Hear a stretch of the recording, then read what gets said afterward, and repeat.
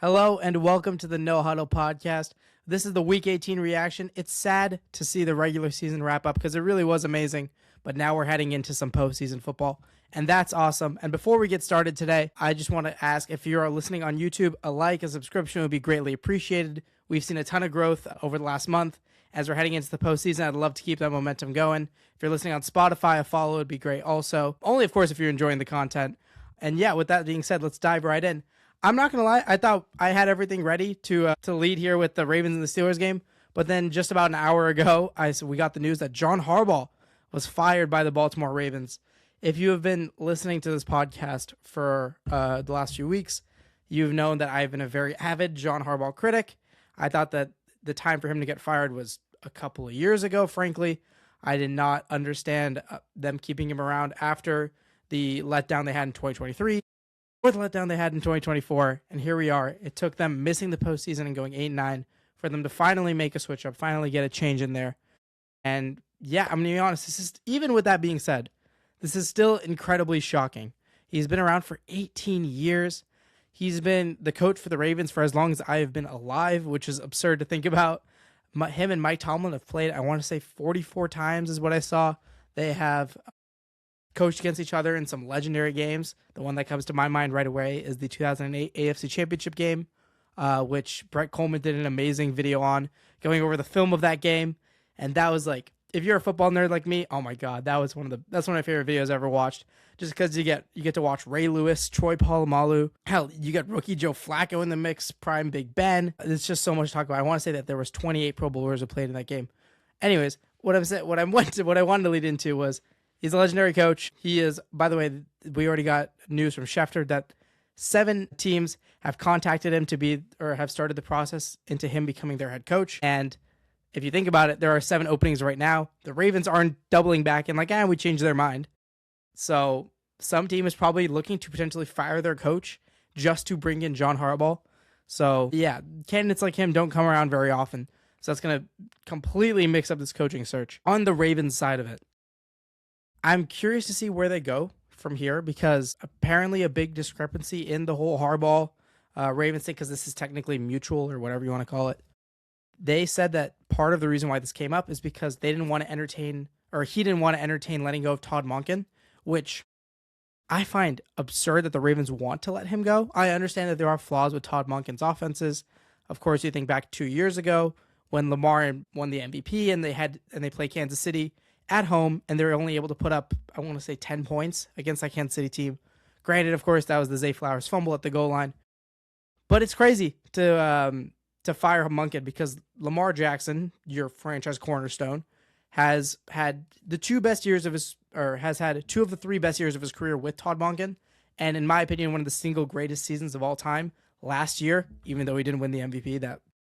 I'm not going to talk about that. That's crazy. But he had that with Todd Monken as well. So I think it would be crazy to let go of Todd Monken, who has gotten so much out of your best player. And we'll see. I mean, for the Ravens, I'm going to go through here in a little bit and like pair up head coaches and teams, but they are by far the number one desirable job. You have a franchise quarterback. You have elite players on the defensive side.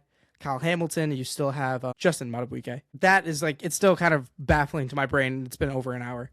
So other than John Harbaugh, let's look at some of the other head coach openings. Of course, we had, if you guys don't know, the term is Black Monday. So that is the day where basically everyone fires their head coaches. A few of these teams did not give their guys the dignity to make it until Monday, which is crazy. Looking at you, Atlanta. But yeah, regardless, they were going to fire them anyway. So yeah, moving away from just the Ravens here. Of course, we have 7 head coaching openings in total.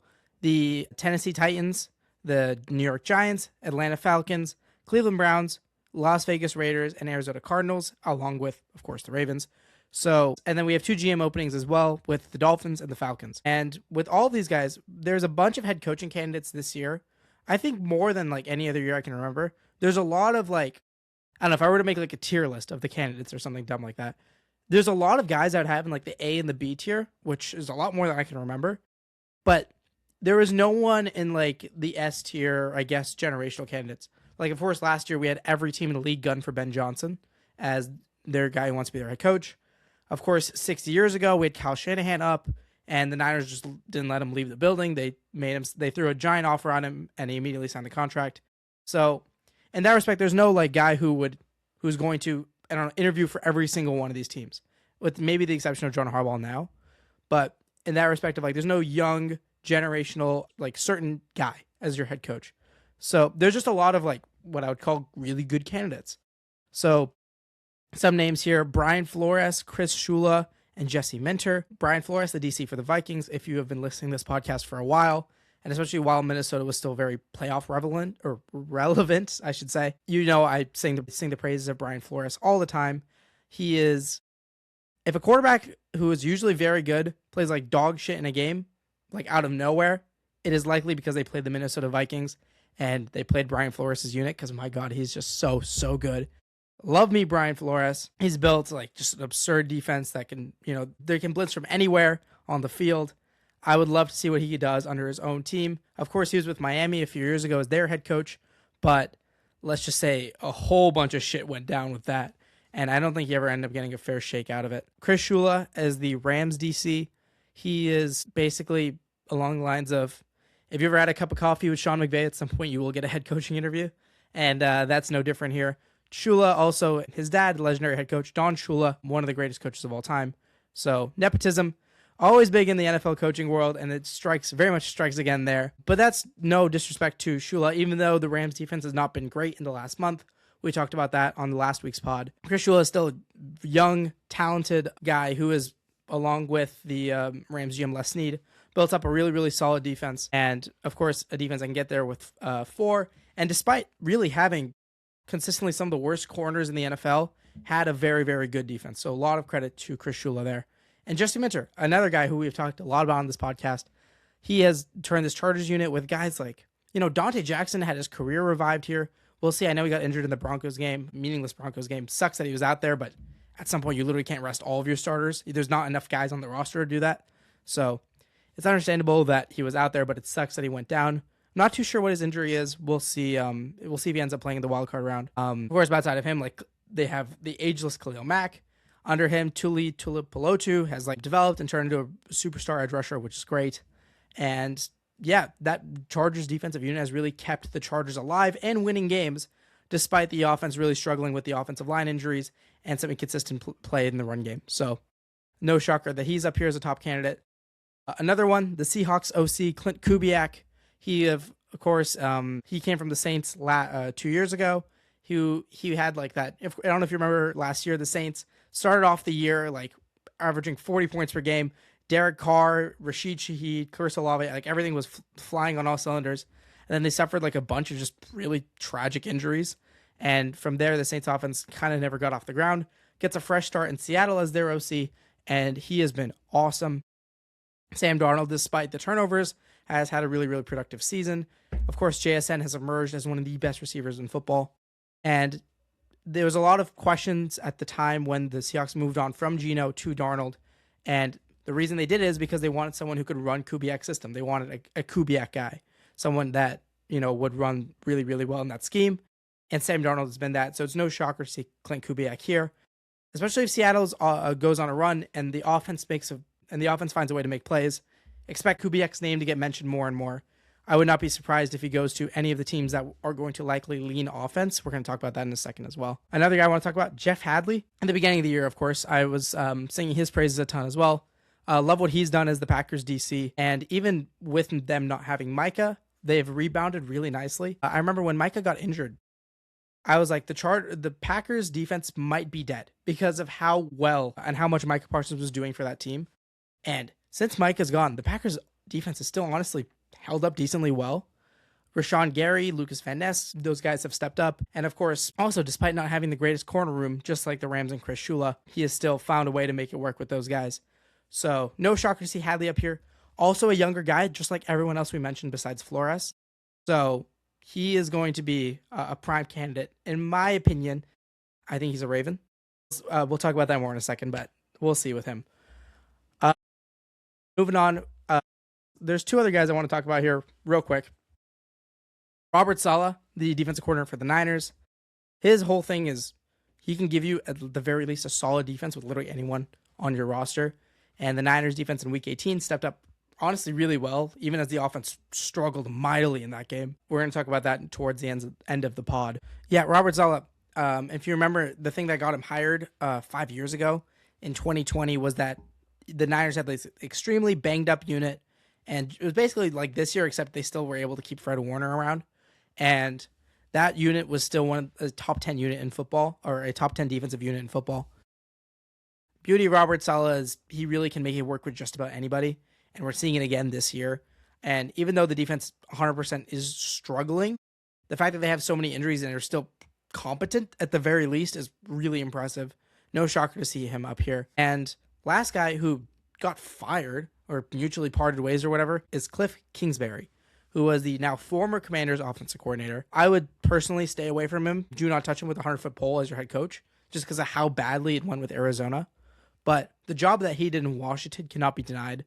He was crucial to the development of Jaden Daniels and led to Jaden having that amazing rookie year. And what he did with that Washington offense was really, really cool. I honestly think that they're a really solid unit too with Mariota, and a large share of credit goes to Cliff Kingsbury for that. The wheels kind of started to fall off near the end there, but I think Kingsbury will make a great, highly paid OC in my opinion. So those are the big candidates that I wanted to touch on. Now, time to match the two together. Where do I think each of these guys are going to go? So at the very least for Tennessee, I have them lead. I think that they should lead offense. You have a young quarterback in Cam Ward who still needs to develop. Remember, one of the pitfalls that I don't know why every team does this. The Raiders finally are the only team to not do this. But you have the number one pick and you keep your coach and GM. And that's great if you think you have the right guy. But a lot of times, it feels like these teams don't actually think they had the right guy. Like Brian Callahan last year was obviously not a good head coach. And the Titans kept him around. So what does that do? It just wastes a year of Cam Ward. Like, it's going to be way hard. He's going to have to learn a brand new scheme. It's going to waste an offseason that he could have spent developing with that same coach and learning and spending another year of the system in. And instead, we're just here. And now Cam Ward has to relearn a whole new system. He has to learn a new coaching style. I don't get it. I don't know why the hell they did that, but hey, we're here. So if I were to guess, I think the Titans go for Clint Kubiak. Seems like Clint Kubiak seems like a safe hire. Not to mention that sort of like, I think he can expand on what Sam Darnold did and provide a bit more in terms of course, what he can do outside of the pocket, what he can do with his legs. So I would love to see Cam Ward in that system. We'll see if they end up going with that. The Giants, I also think that they're going to end up leaning offense with Jackson Dart. And again, same deal. Why are you bringing in a first-round rookie quarterback and keeping a head coach that you don't think should be around? By the way, they're also keeping Joe Sheen, I want to say. I know his name's a little odd, which him staying around is also very odd. He has not done a great job as GM. I think he's built a good D-line, and I think he hit on Malik Neighbors. And outside of that, I'm not really too sure why he's still here, but hey, he is. Not much that they can do about it. If I were to guess with them, I think they're going to look at guys like Cliff Kingsbury, maybe a Todd Monken, especially if the Ravens let him go, which would be a giant mistake.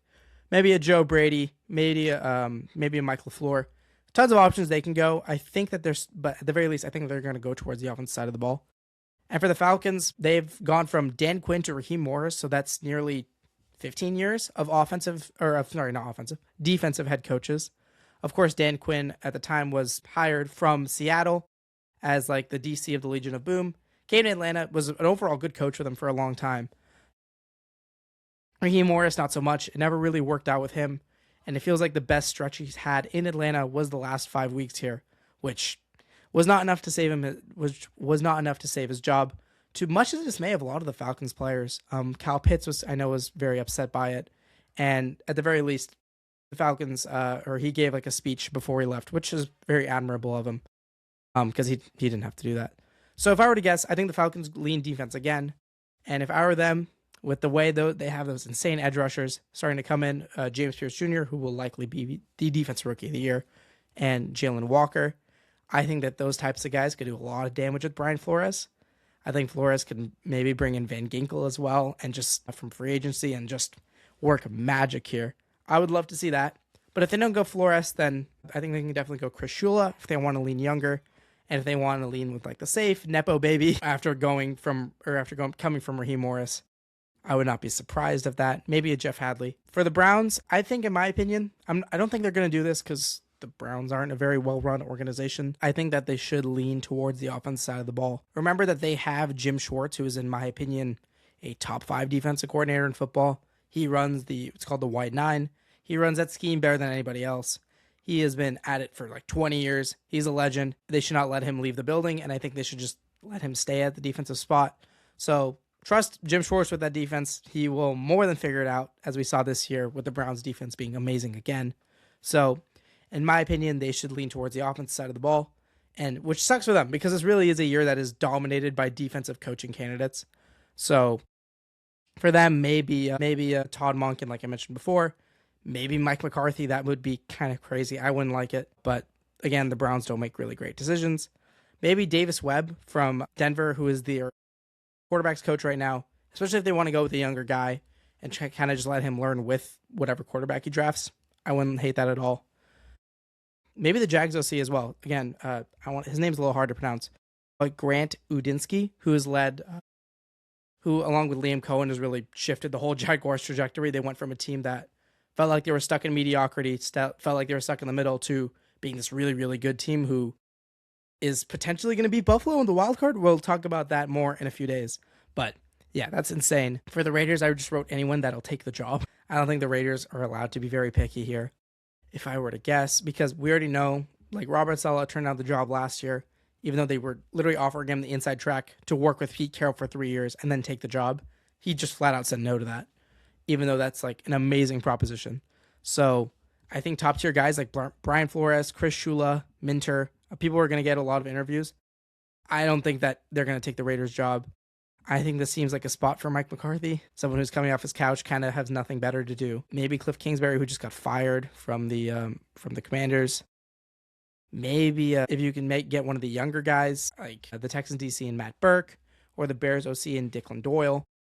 That's kind of where I would lean with them. Just anyone who really can take your job, because if you look at it, the Raiders have nothing to offer at this point other than the number 1 pick, which this season, even a generational quarterback draft class, it's actually one of the worst ones we've had in a while. So I don't think Mendoza alone's enough to pitch in, or enough to get a really, really great coaching candidate in. I could be wrong, but we'll see. And of course, you have the dysfunction of the Raiders and Mark Davis. Not a great spot. For the Cardinals, similar enough to the Raiders. You get a bad organization, lots of dysfunction. You're going to have to move off of Kyler and eat the bullet of the contract. And I don't think they're going to get much in return for him. Again, I don't think they're in a spot to be picky. Just kind of take anybody who you can. I know they're interviewing Robert Saleh, and Robert Saleh is definitely not taking that job. And then last spot here I have is the Ravens. Like I mentioned, I think this is the perfect fit for Jesse Minter. I wouldn't be shocked also if they went the Saleh route, but if I were them, let Todd Monken handle the offense. We know he can get it done with a healthy Lamar. So Todd Monken should stay as the OC. And he's good enough to trust him on the offense. I would like them to fire Zach Orr, who has been rough as a DC in my opinion. Of course, his defense in the first half of the year is just so abysmal, and it creates such a hole for the Ravens to come out of in the second half of the year. Even though it seems like they have, or they always do, in the last 2 years especially, we saw a flip of from them being the worst defense in football to the best defense in football. And having that in back-to-back years is just absurd. So I would like to see some change there. We'll see if they do. And then they should let either Saleh or Hadley spearhead that change. Okay, that is all as far as head coaching stuff. I know that might be a little bit different, might be a little bit boring, but when you inevitably hear all these guys' names and you're like, oh, who's that? You'll know which podcast you heard these guys' names from. So that's the intro to the offseason. I think that's the first real offseason topic we've discussed here. And you know what? It's going to stay like that for the next month because we have some football to talk about. My goodness. The Ravens and the Steelers gave us a classic in game 272. And my goodness, just what a way to close out the year. Tyler Loop shanking a less than 50-yard field goal. I want to say his first miss inside of 50 the entire year. Of course, Pittsburgh notoriously is the hardest place to kick. That turf is just weird as shit. The wind there is brutal. Everything about it is just like a kicker's nightmare. So it's not necessarily surprising to see someone miss a kick there, but in that spot, my goodness, what a freaking heartbreaker. And of course, Chris Boswell even missed a PAT. But yeah, huge mistakes to swing the game. And on the Ravens side of it, I mean, 3 straight heartbreakers to close your seasons out. Of course, in 23, we have the Zay Flowers fumble and the Lamar throwing the interception in a triple coverage that ended their season, even though that their defense stepped up really well against Kansas City. In 24, you have the Mark Andrews drop on the 2-point, and now you will have the Tyler Loop missed field goal, and that is how the Harbaugh era closes out. That's brutal. It is just brutal. And it finally, what sucks for the Ravens is that it took until the Week 18 fourth quarter for the offense to finally feel like it was whole again. It really did finally seem like the Ravens were back, because even though the offense again was inconsistent throughout the whole day, they had amazing Derrick Henry runs in the first half of the game. Second half, not so much. Basically got stuffed. We're going to talk about freaking Cam Hayward and let's see his defense pretty soon. But it was kind of rough for Baltimore for a while there. But then, my goodness, you got Lamar. I had been on the record saying that, if Lamar is not more than 90% healthy, you sit him, because I think Tyler Huntley's playing good ball, and I really don't like Lamar playing injured. He does not play well when he is injured, which you might think, oh, it's a stupid thing to say. But I mean, in terms of there's some quarterbacks who can play who are banged up. Like Justin Herbert's playing with a broken wrist, and he's still playing good ball. Mahomes has played through multiple high ankle sprains. I just don't think Lamar is that type of player. I think Lamar needs to be fully healthy for him to unlock all the aspects that make him great. And that's not a knock on Lamar. That's just kind of how he operates. So, but even then, he still gave you great ball. If you look at his counting stats, they were amazing. Of course, that doesn't tell the full story. But what he did just on a few plays in this game, there were, I think, 3 plays that will go on the all-time Lamar highlight reel. Of course, you had that beautiful freaking touchdown in the first drive of the game where the Steelers send an all-out blitz, and Lamar stands in the pocket and just throws just an absolute dime to Zay Flowers. Could not place the ball in his hands any better. Of course, you had Lamar creating that 4th and 7, and then tossing, again, a perfect throw again to Isaiah Likely. And it felt like we saw the mobility. We saw the edge of him coming back. And the only time it felt like, the reason why I'm saying an edge is because he did get caught by a defensive tackle one time on 3rd and 9 in the second half of that game. But, other than that, it felt like we got Lamar.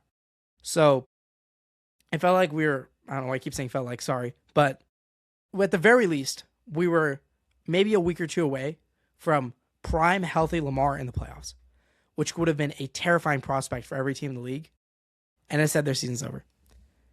That is just, it's like another heartbreaker after heartbreak after heartbreak. As soon as Lamar gets going, and as soon as it looks like Lamar is back, you're out of the postseason. It's rough for them. The Ravens offensive line, speaking of rough, had a not great day at the office. Felt like the offense, whenever they had time, whenever they had solid blocks, they could move. But there was a good 40-minute stretch in that game where their offense could just do nothing. And that was because of the relentless rush of Watt, Highsmith, Cam Hayward. And yeah, it just felt like they would stifle their offense all game. Those guards, by the way, I want to say it's Daniel Falele, and I'm going to just look up the other guy's name. They had just not particularly great day at the office. Andrew Voorhees, that's his name. Yeah, not the best days for them. They were getting diced up. That run game, my goodness. The first half, again, it looked great in the first half. But then they were just getting shed every time by Derek Harmon and Cam Hayward. Yeah, that was rough. Moving on to the defense side of the ball here. They did a relatively good job, not bending but not breaking, in the first half of that game. They got a few awesome short yardage stops. Part of it due to Arthur Smith incompetence, which is nothing new. But even then, they were still making great plays. They were getting tackles in the open field from their secondary. And, they were even stopping potential deep shots. There was this one highlight where it looked like any other safety other than Malachi Starks would have reasonably given up a touchdown. But he flipped his hips in the middle of a Marquez Valdez-Scantling deep route. And Rodgers tried it deep, but it just wasn't there because Starks played it so absurdly well. So, again, I just keep leading with all these positives because it feels like they were starting to figure it out. Watching this game, it felt like I was watching the Ravens again. But Tyler Loop missed a field goal. I mean, it's just rough. But on the defensive side, first half, they hold the 3 points. Everything looks great. But then Kyle Hamilton goes down.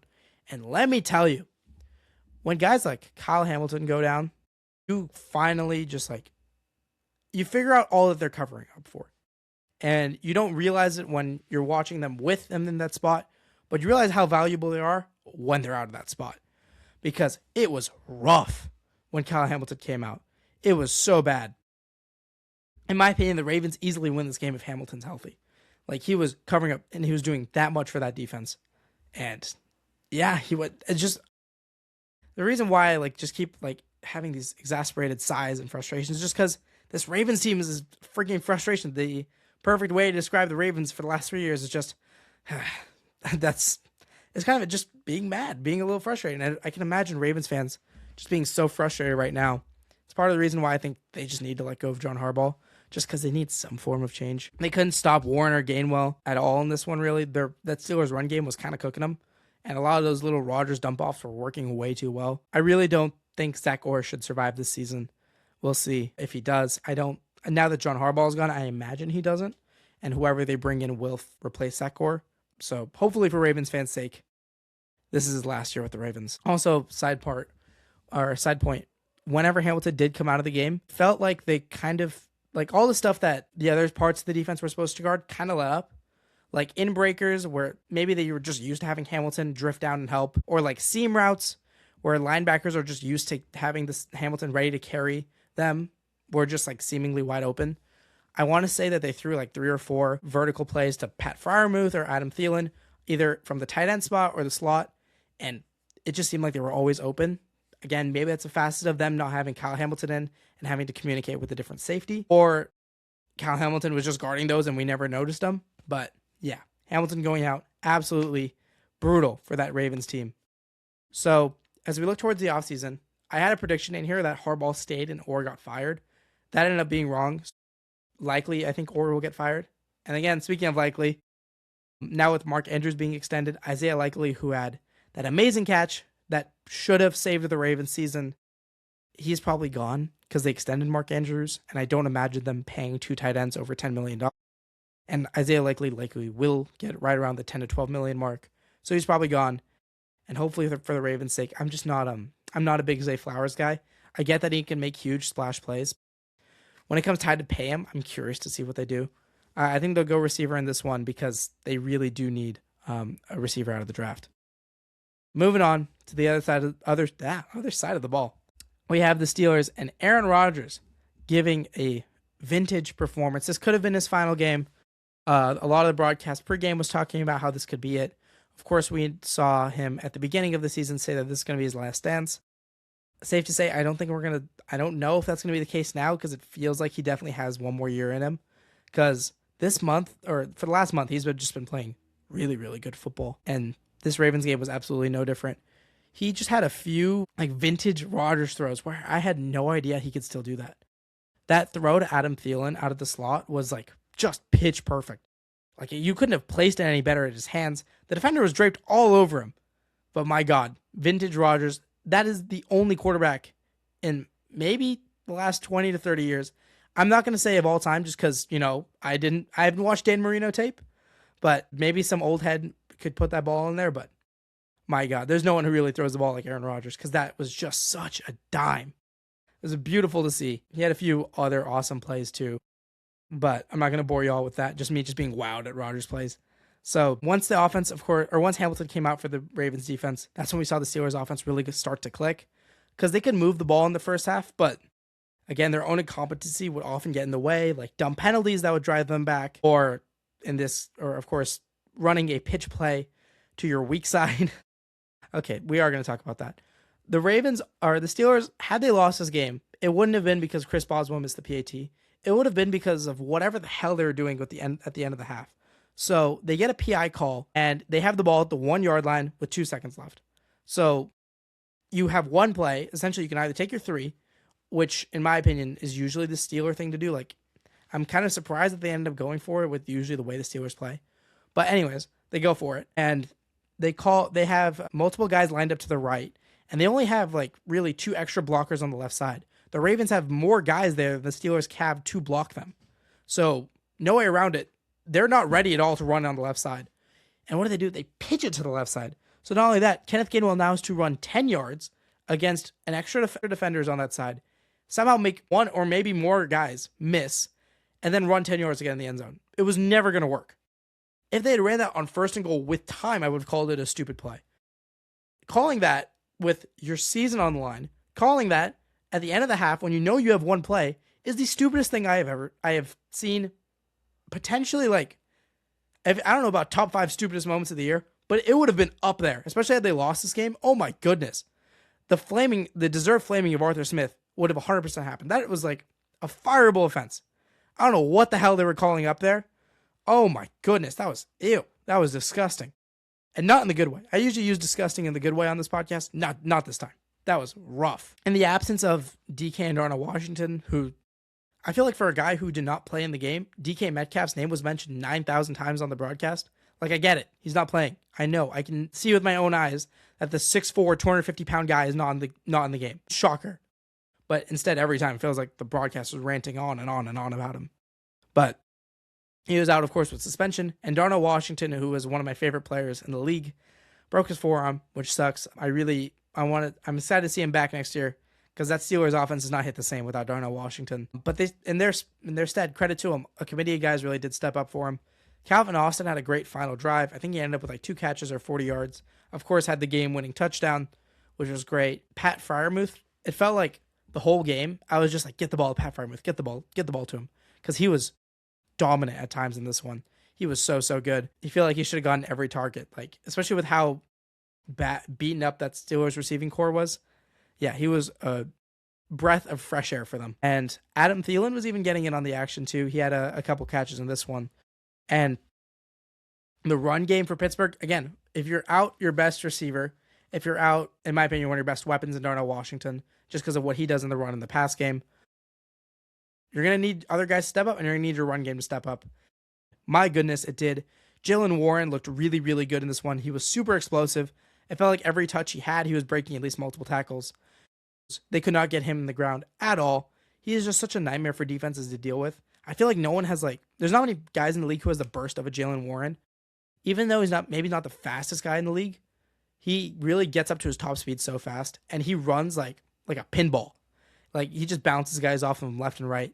He's so much fun. And Kenneth Gainwell continues to be like a super great weapon for them too. I want to see he's up to like 85 receptions on the year or something stupid like that. He's been just nothing but a great receiving back, and he even scored a touchdown in this one. He's maybe become Rodgers' favorite target, which is crazy because we're talking about a running back out of the backfield. Even as much as Rodgers loved Aaron Jones in Green Bay, I don't think he ever had Aaron Jones as like his number one target. But here we are, and it's Kenneth Gainwell. And with the exception of the Browns game, this Pittsburgh offense has played really great for the last month and change. Aaron has played really well. This is, again, a game where they probably should have scored 33 points, and instead they ran that stupid-ass 4th down call. But yeah, Aaron played really well, and I trust in this unit to make Houston's defensive life at least slightly difficult on Monday. On the defense side of the ball, they held up really well, again, until the 4th quarter. It's kind of similar to the points I made with the Ravens side. But the biggest credit to them is that they got gashed in the run game, like super hard in the 1st quarter.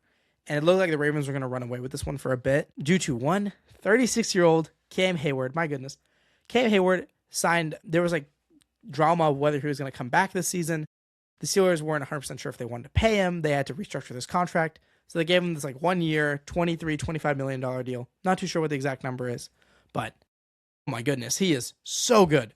And the job he has is so difficult. Most teams, they have like one guy assigned to one gap. So like in between this center and this offensive lineman, or between the center and the guard, between the guard and the tackle. But he has to guard both gaps. So he's like on a guard, and he has to either guard the left side or he has to guard the left side and the right side, which is a brutally difficult job. And yet Cam Hayward seems to excel every time. He is so good. He performs at such a high level. And even though he's 36, he's freaking ageless.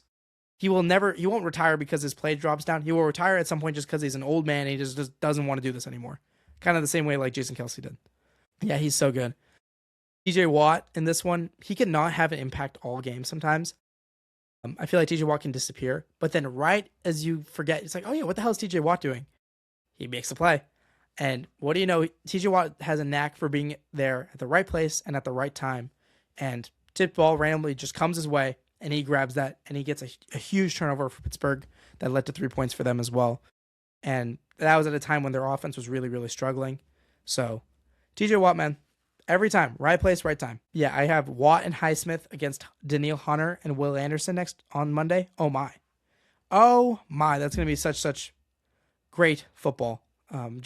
There's not many times that we're going to have that collection of edges or that quality of edges play against each other in a game. But yeah, as far as the struggles, they kept Lamar and the passing offense in check for most of the game, but the coverage bus, especially in the fourth quarter, yeah, they were bad. And in particular, one guy I want to highlight is Jalen Ramsey.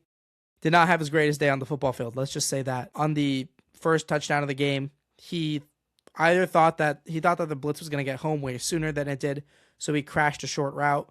And what do you know? Zay Flowers just running right over the top.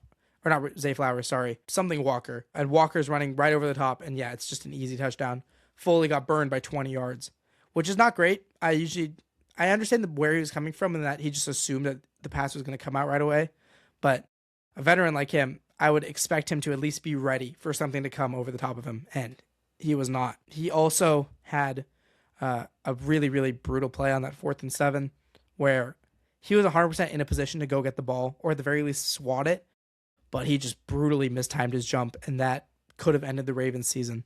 And that would have been one hell of a way for the season to end, was Jalen Ramsey missing a ball, which let's just say he doesn't usually do. He usually has some of the greatest ball skills of any corner of all time. But yeah, not a great day for him. I know he plays safety, by the way, now, but still. The defense, it felt like also, along with the offense, has been hitting its stride as well. It feels like they're getting some of their guys back from injury. Of course, TJ Watt came back to this game. Highsmith had been out a while as well. And until the last quarter, it felt like their defense was really starting to be there.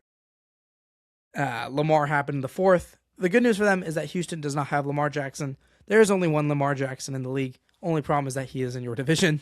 Pittsburgh's going to be tough out on Monday. Unlike recent years. As much as I love Houston, I'm actually kind of having a hard time picking that game. I'm going to have to do a good bit more film study. A bit more just research into that game. Because I thought heading in that I wouldn't have to do anything for whoever Houston plays because I thought that they were going to either destroy the Ravens or destroy the Steelers. But after the performance that both those teams had and the Steelers had, I don't know. It's starting to be a bit harder for me. So we'll see. Moving on to a game I really don't want to talk about, but we have to. Unfortunately, we do. The 49ers and the Seahawks. I was at this game. Because, of course, I was fortunate enough to be at the Bears game, but, it cuts both ways sometimes. And this Niners-Seahawks game, my God, did it cut the heart.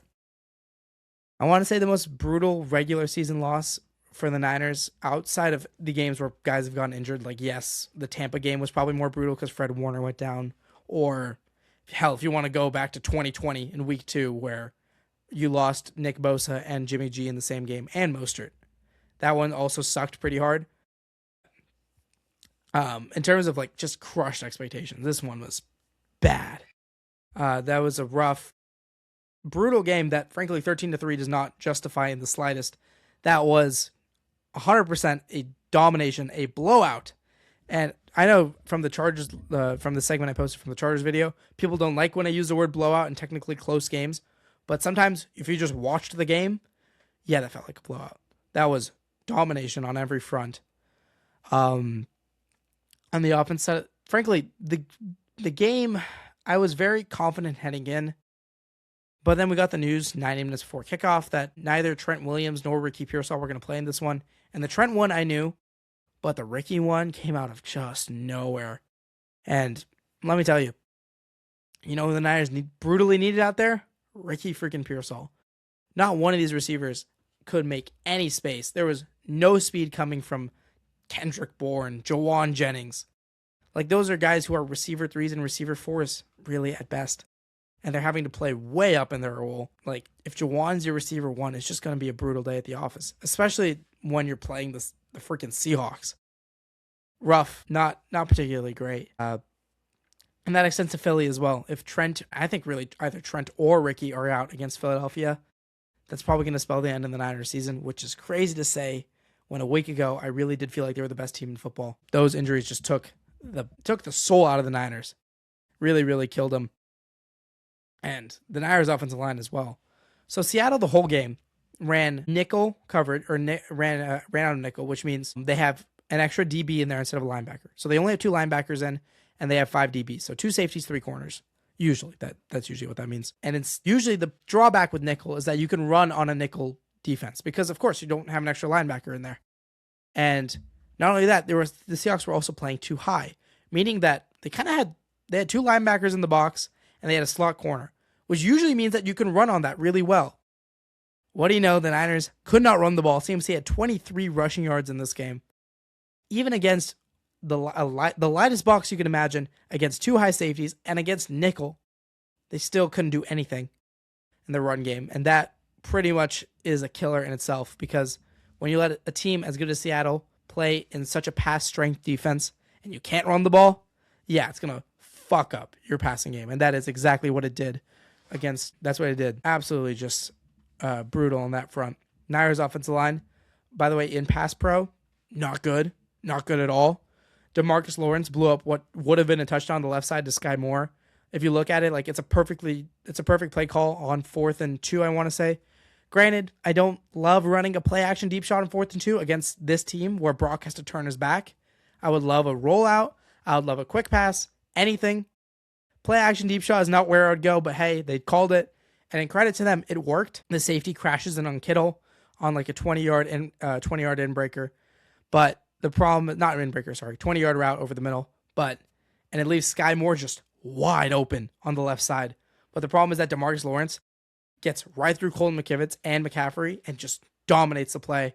And it leaves Brock scrambling, trying to find something. Nothing was there, and that was one of many, many miscues from the Niners in this one. Speaking of McCaffrey and Kittle, they did not have... Kittle had a good game, but he was so often stuck blocking, which, again, you are getting 4-man rushes from the Seahawks.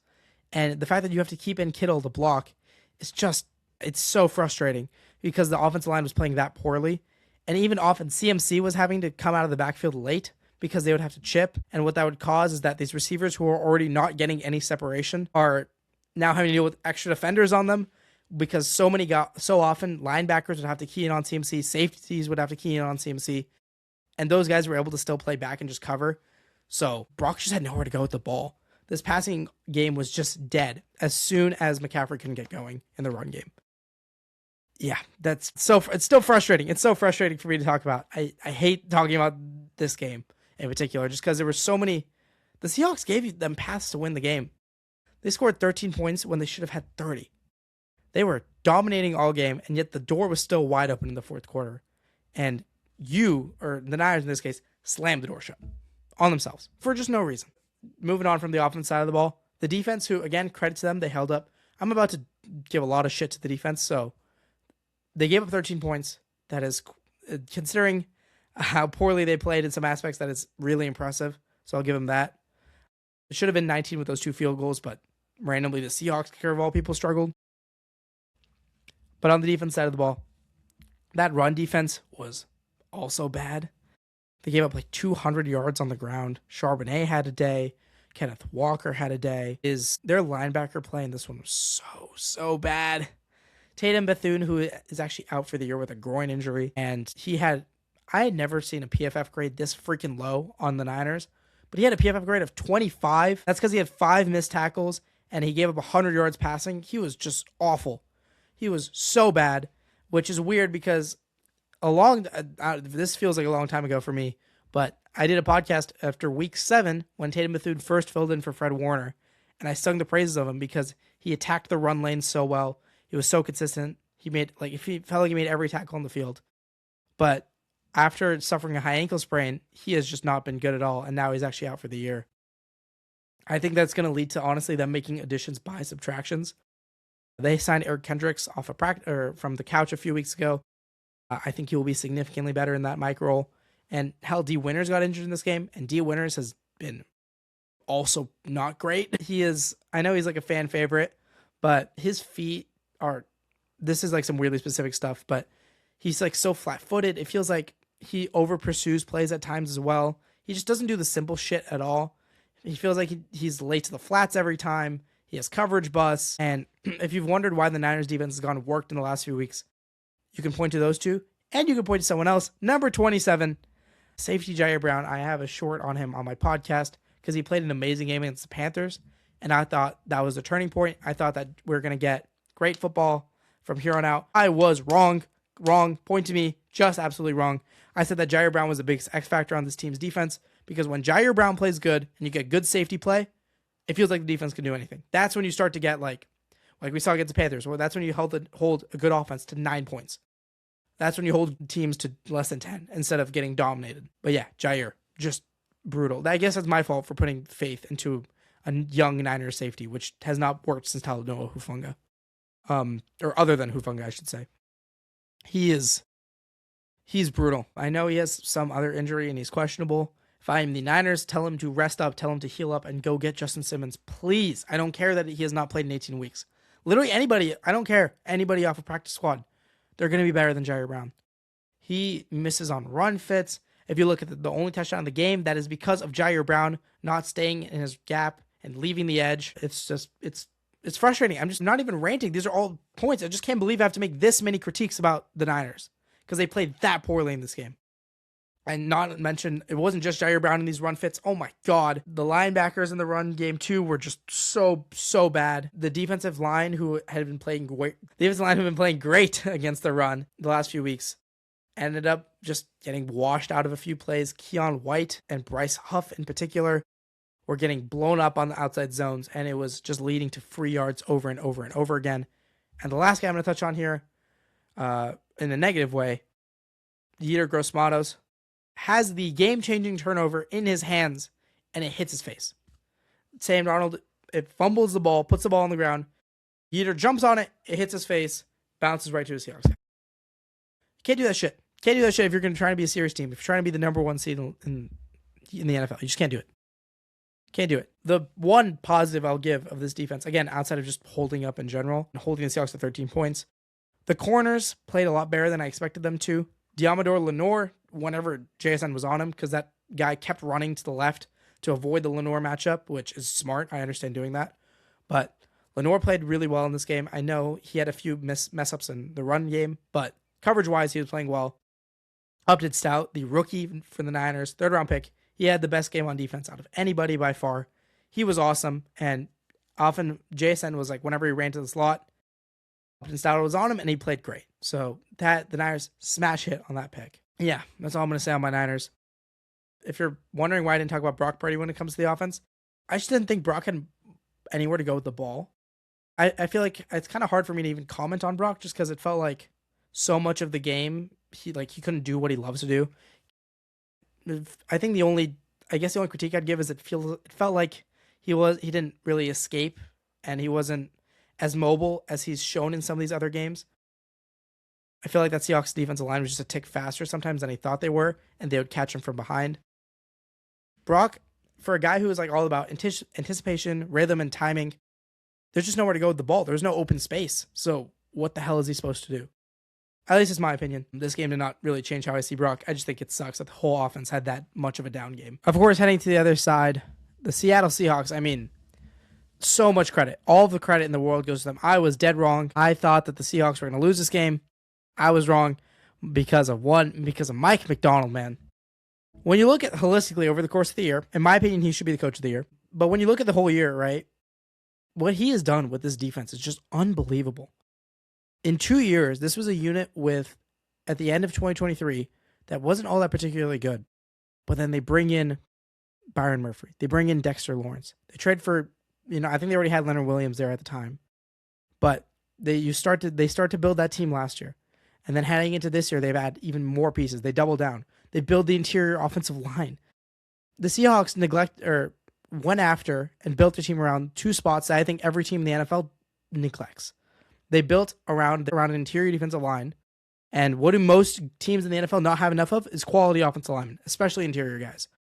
So not only do you build off of that, and you attack what most teams has their biggest weakness, including the Niners, you also start to address your trenches. And you get a guy like Graysabell in the draft, who is going to be a home run hit at the guard spot, and you can get him at 18 because teams don't value guards for some reason. It is impressive the way they've built this team. And there's a reason why now that they're the 1 seed. And they're probably, I want to say, the favorite among all the sports books for them to go on and make a run here and win the Super Bowl. It is the fact that they could run too high and run nickel and stuff the run game is just amazing. It was a testament to how well they built up that interior D-line. All of their players executed incredibly well. They shedded blocks well. They ran the ball well. They were the more physical team. For the first time in nearly 6 years, the Seahawks, we can come away from the game and say the Seahawks were the more physical team in a Niners rivalry matchup. You know how impressive that is, man? It is unheard of in the Kyle Shanahan era. Whenever the Niners field out, I guess, a real team, it is unheard of for the Seattle Seahawks on the other end to be the more physical team. Because the Niners are so used to bullying people. And what did the Seahawks do? They bullied us. I hate giving them this much credit. I really do. But I have to. I freaking have to. Because the way for the Niners to win this game, and what I thought was going to happen, was that this was the unit that stuffed the run game of the Colts. They held Jonathan Taylor, one of the best running backs in the league, to less than 50 yards. They held DeAndre Swift and Kyle Monunga in check. They didn't stuff them, but they held them in check. They didn't let them win the game. And what did the Seahawks do is they run the ball over the field. I thought Darnold was going to have to throw their way into winning this game. And he just didn't have to. He didn't have to do any of that. Darnold had the simplest game plan ever. All he had to do was he had to quit quick outs. He hit in breakers on crossers whenever he had time. And then at the end on 3rd and 10, he made one hell of a clutch play to Cooper Kupp, rolled out of the pocket, and effectively ended the game. He didn't have an opportunity really to screw up the game. And he played some great, efficient football like we know Sam Darnold can. Whenever there's no pressure on him, whenever, frankly, we just saw a Darnold that we wouldn't have seen, that we don't see in big games. We saw a calm, confident, poised Darnold. And I think the Niners got out-coached in this game pretty heavily. They were out-talented. They were out-physicaled. Whatever the Seahawks wanted to do in this game, they could do. I know 13-3 doesn't say that, but my God, that is exactly what happened. The Seahawks dominated this one. And again, you know how much I hate to say that, but I just have to. I have to give them their credit. And now they're the 1 seed. Now everything runs through Seattle. And while the reputation of the Seahawks home stadium has been carrying them for a while, the real Wolves haven't been out there for 4 or 5 years, right around whenever the Russell Wilson Pete Carroll team started to fall off. They're going to be back. They're probably going to be back. I think we're going to be heading into this postseason run might be the reemergence of the Seahawks as an insane stadium that you don't want to play in. Because in the past few years, Niners have been in their house the last few years and had a lot of Niners fans, would dare even say predominantly Niners fans, go invade their stadium. Divisional round, wherever they play, that's not going to happen. Those fans are going to be loud. They're going to be insane. The way that stadium is built, it's going to be a freaking pressure cooker. It's going to be 150 decibels in there. Oh man, it is going to be a difficult task to now go up and play Seattle. And good luck to whoever does it. They're not going to be my Super Bowl pick. I'll warn that one right away. But just because I need to see it to believe it when it comes to Darnold. Whether that makes me a hater or not, I don't know. I mean, it is an impressive thing that they did against San Francisco on Saturday night. That's all for me. It's been a relatively long episode, which is crazy because we only went over 2 games. Of course, we could talk about the NFC South a bit, but I'm going to be honest, I don't feel a need to delve into Bucs-Panthers when the freaking game that decided it was Falcons-Saints. It wasn't even the Bucs-Panthers game that really decides the NFC South. The Panthers won it by default. They won it because the Falcons, who ended up getting on a hot streak at the end, which ends up saving their season, which, by the way, was the most NFC South thing to happen ever. We're going to talk a lot more about Panthers either tomorrow or day after tomorrow, whenever I can finish up all of my film and all my notes. We already started on that. It's going to be a really long but super fun episode coming up soon. So look forward to that. And with that, I want to thank you all for listening so much, even through all the coaching stuff. I don't know how many people find that as entertaining as I do, but if you did and you enjoyed it, thank you so much. If you're still here, a like, a subscription, a follow, whatever, or hell, even a comment. I'd love to just talk to some more people here. Yeah. Thank you all so much for listening. I hope you have a phenomenal day.